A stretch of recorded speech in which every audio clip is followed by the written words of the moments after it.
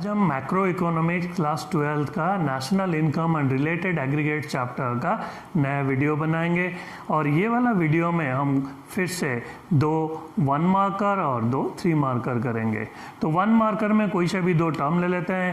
पहला टर्म जो मैं तुम्हें बताऊंगा 1 मार्कर में वो है डिविडेंड। ये डिविडेंड क्या है?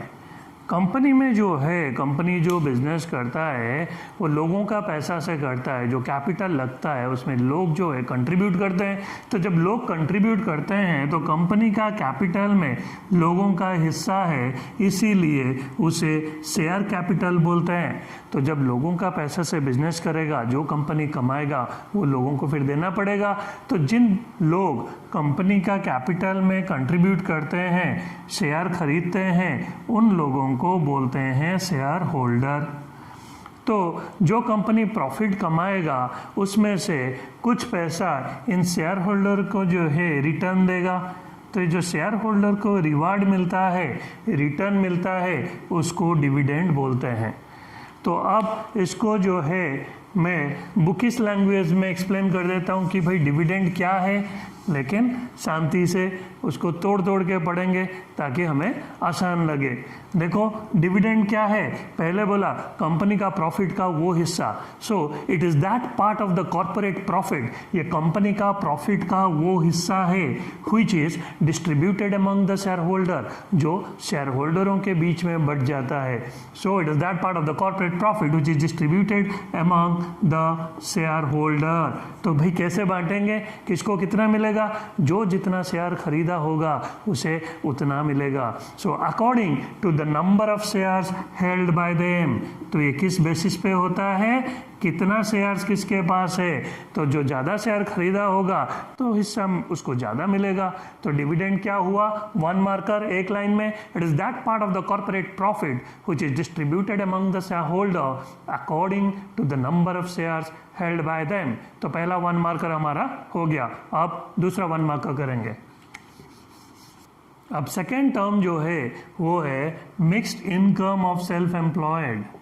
ये mixed income of self employed क्या है ये डिस्कस करेंगे। ये जो है ये 1 मार्कर में भी आ सकता है, ये 3 मार्कर में भी आ सकता है। तो इसको थोड़ा ज़्यादा पढ़ लेंगे ताकि कहीं भी आए हम दोनों लायक हो।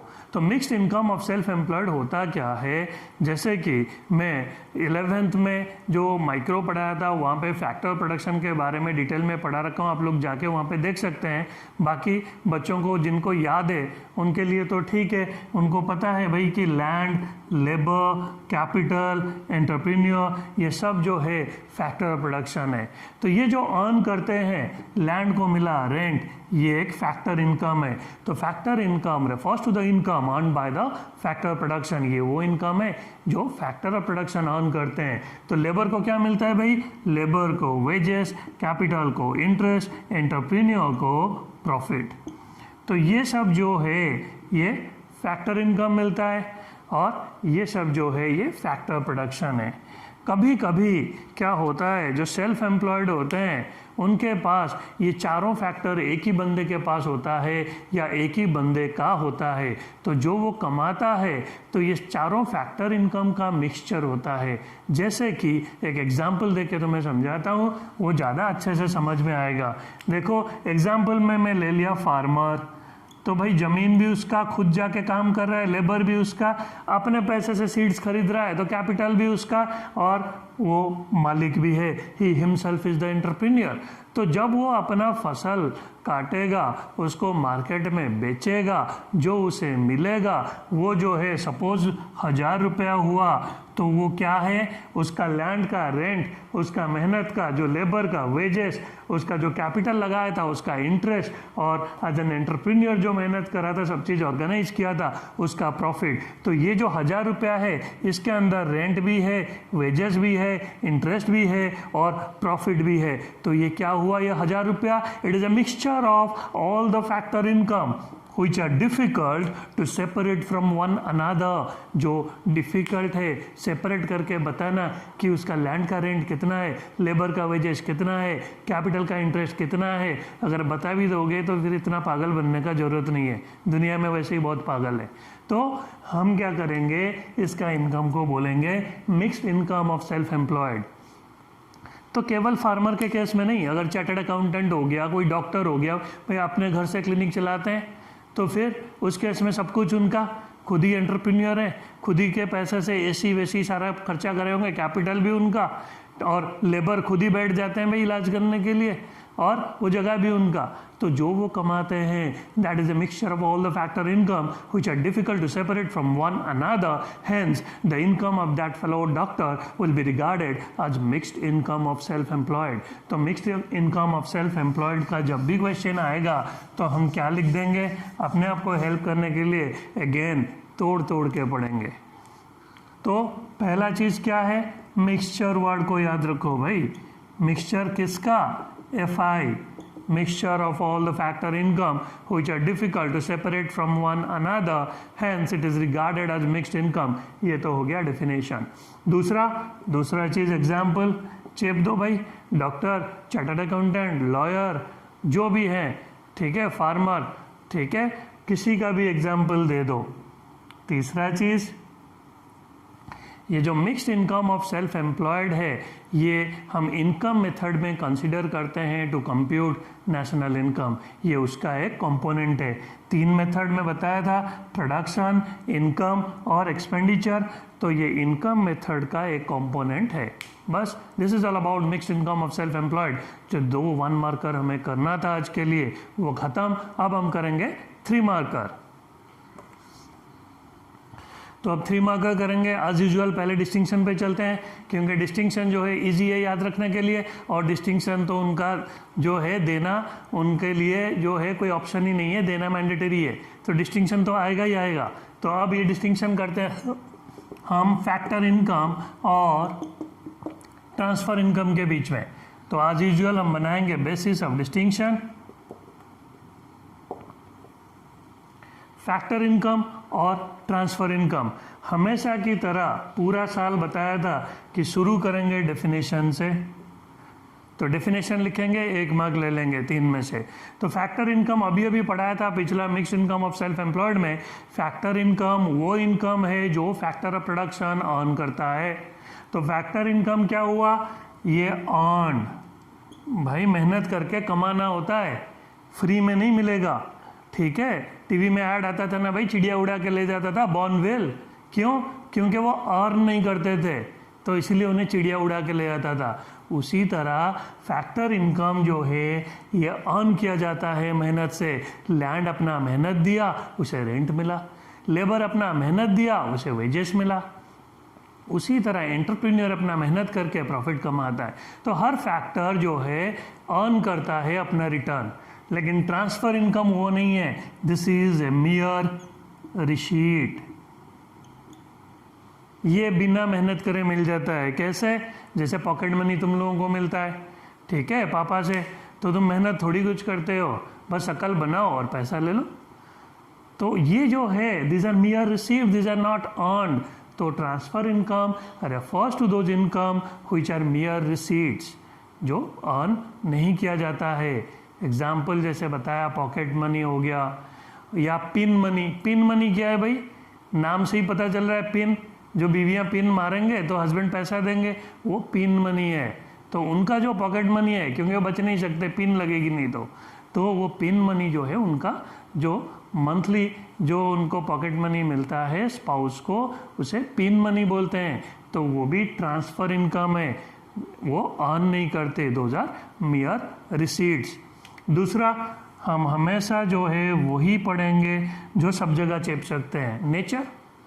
तो यहाँ पर क्या है भाई, गिव एंड टेक है। So this is bilateral in nature. तो यहाँ पर मेहनत दो, पैसा मिलेगा, लेबर मेहनत करेगा तभी वेज मिलेगा। But transfer income are unilateral in nature, एक तरफा है भाई, दो बदले में या तो गाली मिलेगा या स्माइल मिलेगा, ठीक है। बीवी गाली देगी, बच्चा स्माइल देगा, पैसा दोनों लेंगे। नेक्स्ट, थर्ड चीज, कंप्यूटेशन ऑफ नेशनल इनकम। तो ये कंप्यूटेशन ऑफ नेशनल इनकम, जब नेशनल इनकम कैलकुलेट करते हैं तो बस राइट रंग करके याद रख लो। राइट मतलब factor income are included in the computation of national income. ये जब नेशनल इनकम हम कैलकुलेट करते हैं फैक्टर इनकम को गिनते हैं, but transfer income are excluded from the computation of national income. जब भी नेशनल इनकम कैलकुलेट करते हैं ट्रांसफ़र इनकम को नहीं लेते हैं। क्यों? क्योंकि वो तो ऑलरेडी गिना जा चुका होगा, क्योंकि वो तो फैक्टर इनकम में आ चुका होगा।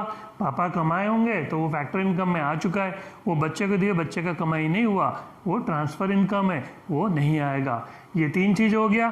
फिर बताया था भाई इको में अगर स्कोर करना है तो एग्जाम्पल मुंह पे मार के आना है। तो कहाँ क्या मारोगे एग्जाम्पल? फैक्टर इनकम तो तुम्हें पता है भाई, रेंट, वेजेस, इंटरेस्ट, प्रॉफिट। और ट्रांसफ़र इनकम में क्या? ट्रांसफ़र इनकम में भी बताया था हम कुछ अलग लिख देते हैं, गिफ्ट जो आते हैं वो देकर जाते हैं, बदले में कुछ नहीं मांगते, या स्कॉलरशिप, या पॉकेट मनी, या पिन मनी, जो मर्जी लिखो यार, एक एग्जाम्पल बहुत है। So this is all about factor income and transfer income. अब एक और क्वेश्चन रह गया हमारा, 3-4 मार्कर करेंगे, ये वीडियो ख़त्म करेंगे। तो नेक्स्ट क्वेश्चन 3-4 मार्कर लास्ट जो आज करेंगे हम, ये करेंगे domestic income versus national income. तो वही सेम बेसिस लिखेंगे भाई, बेसिस ऑफ डिस्टिंक्शन। तो अब डोमेस्टिक इनकम और नेशनल इनकम, पहला पॉइंट तो एज यूजुअल भाई डेफिनेशन। तो अब डोमेस्टिक इनकम का डेफिनेशन क्या है? इनकम इसी से लिख देंगे, यहाँ भी इनकम है, यहाँ भी इनकम है, तो ये कहाँ पे अर्न किया जा रहा है उस बेसिस पे हम डिफाइन करते हैं। जैसे इंडिया के बाउंड्री के अंदर जो भी कमाई हुआ इंडिया का, वो इंडिया का डोमेस्टिक इनकम हुआ। तो डोमेस्टिक इनकम जो है refers to the income earned within the domestic territory of India.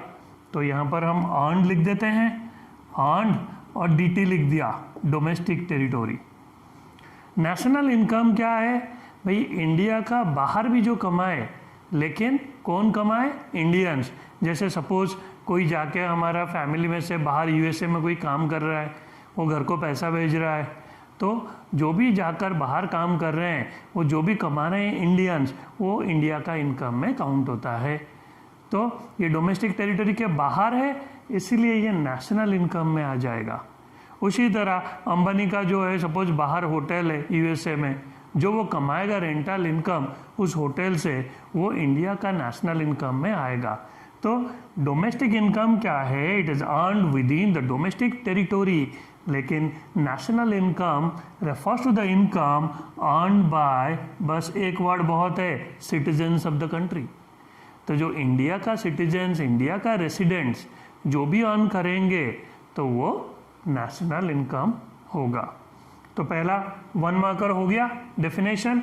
Second, इनका दूसरा नाम, डोमेस्टिक इनकम को बोलते हैं एनडीपी आरटीएफसी। इसका फुल फॉर्म है net domestic product at factor cost. और नेशनल इनकम को बोलते हैं एनएनपी आरटीएफसी। उसका फुल फॉर्म है net national product at factor cost.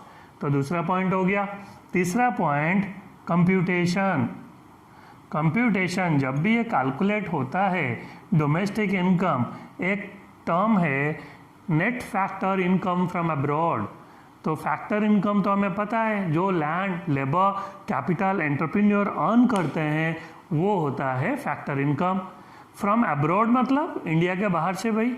तो इंडिया के बाहर अगर हमारा होटल है तो रेंट मिलेगा, अगर काम कर रहे हैं तो लेबर का वेजेस मिलेगा। तो फैक्टर इनकम ना केवल इंडिया के अंदर, इंडिया के बाहर से भी आ सकता है। तो जो फैक्टर इनकम बाहर से आता है वो हम यहाँ पे डोमेस्टिक इनकम में इंक्लूड नहीं करते हैं। तो इसीलिए यहाँ पर हम लिखे net factor income from abroad, और यहाँ पे हमें लगा दिया है क्रॉस, ताकि राइट रॉन्ग करके सब कुछ पढ़ लेंगे हम। तो रॉन्ग मतलब net factor income from abroad is excluded या is not included in the computation of domestic income. ये नेट वर्ड क्या है? नेट वर्ड ये है कि factor income receive from abroad, जैसे हम जाके अंग्रेज़ों को बेवकूफ़ बना के वहाँ से पैसा उनका लेकर आ जाते हैं, उसी तरह अंग्रेज यहाँ भी आके काम करके पैसा लेके भाग जाते हैं। तो जो वहाँ से आया फ्रॉम अब्रॉड माइनस जो यहाँ से वो ले गए, that is paid to abroad. वो माइनस करने के बाद जो नेट में आएगा that is net factor income from abroad. तो it is the difference between the factor income received from abroad and factor income paid to abroad. तो अब NFIA यहाँ पे एक्सक्लूड होता है और यहाँ पे इंक्लूड होता है। फिर एक स्कोप लिख देते हैं, ज़बरदस्ती एक पॉइंट बढ़ा दिए, जैसे कि इसका स्कोप जो है नैरो है, इसका ब्रॉड है। क्यों भाई? Because it includes domestic income. इसके अंदर तो डोमेस्टिक इनकम भी आता है, क्योंकि उसमें जब हम ऐड कर देते हैं ये NFIA तब वो नेशनल इनकम बनता है इंडिया का। अंदर बाहर दोनों इनकम को जोड़ देंगे तभी इंडिया का इनकम आएगा। तो इसके अंदर तो डोमेस्टिक इनकम अपने आप आ गया। या हम ये भी कर सकते हैं कंसेप्ट। कंसेप्ट करके क्या बोलेंगे, ये जो है this is a territorial concept. Territorial concept मतलब ये जगह के ऊपर डिपेंड करता है, and this is a residential concept. Residential concept क्योंकि सिटीजन होंगे तभी लिया जाएगा। तो आज का ये क्वेश्चन खत्म, 2 1 मार्कर 2 डिस्टिंक्शंस खत्म हो गया। तो आप लोग जो है ये सारा चीज़ जो भी बोर्ड में है उसको आप स्क्रीनशॉट ले सकते हो, जूम करके। अगर तुम्हें दिखाई नहीं दे रहा है ठीक से, कोई दिक्कत हो रहा है तो इसे जूम करके लिख सकते हो। तो आज के लिए इतना ही। ये वीडियो को सब्सक्राइब, कमेंट और लाइक इस वीडियो पे करना नहीं भूलना। रिस्पॉन्स अभी तक बहुत अच्छा है। Thank you to all.